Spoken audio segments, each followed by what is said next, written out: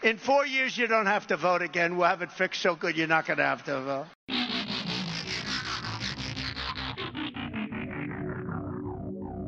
Hello and welcome to What the F*** Just Happened Today, your essential guide to the daily shock and awe in national politics.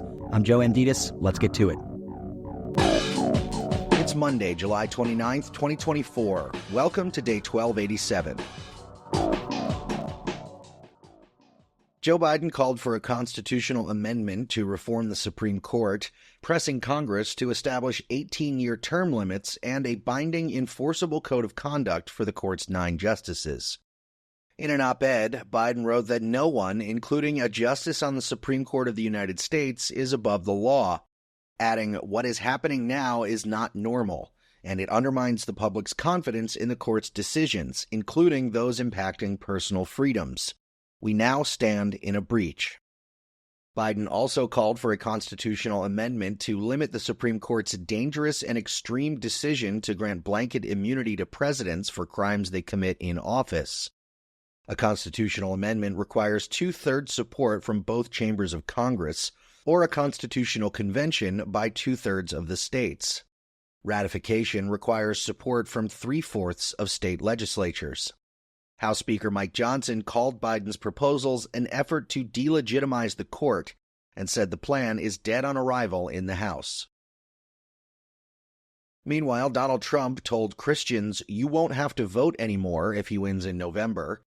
During the Turning Point Believers Summit, Trump said, "And again, Christians, get out and vote just this time. You won't have to do it anymore. 4 more years, you know what?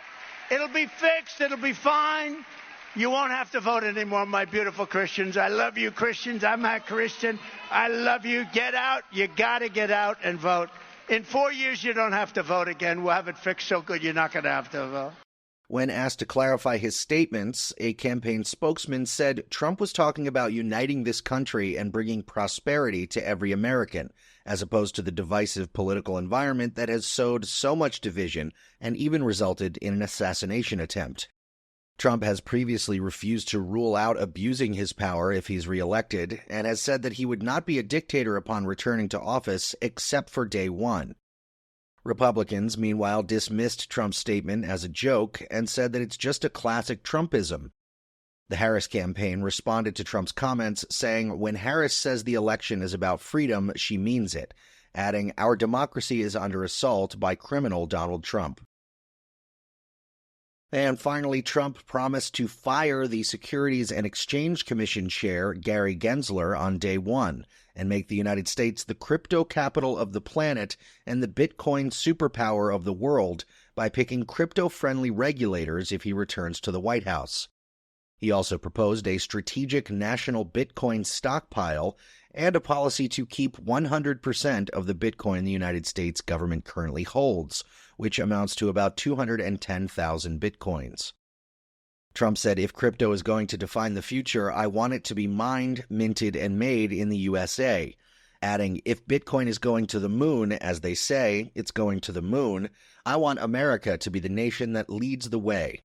The price of Bitcoin, meanwhile, fell by more than 1% on Monday. That's all for now. You can find the links and sources for all of these stories on the main website. And as always, visit whatthefjusthappenedtoday.com for the latest news and headlines. Until next time, I'm Joe Amditis.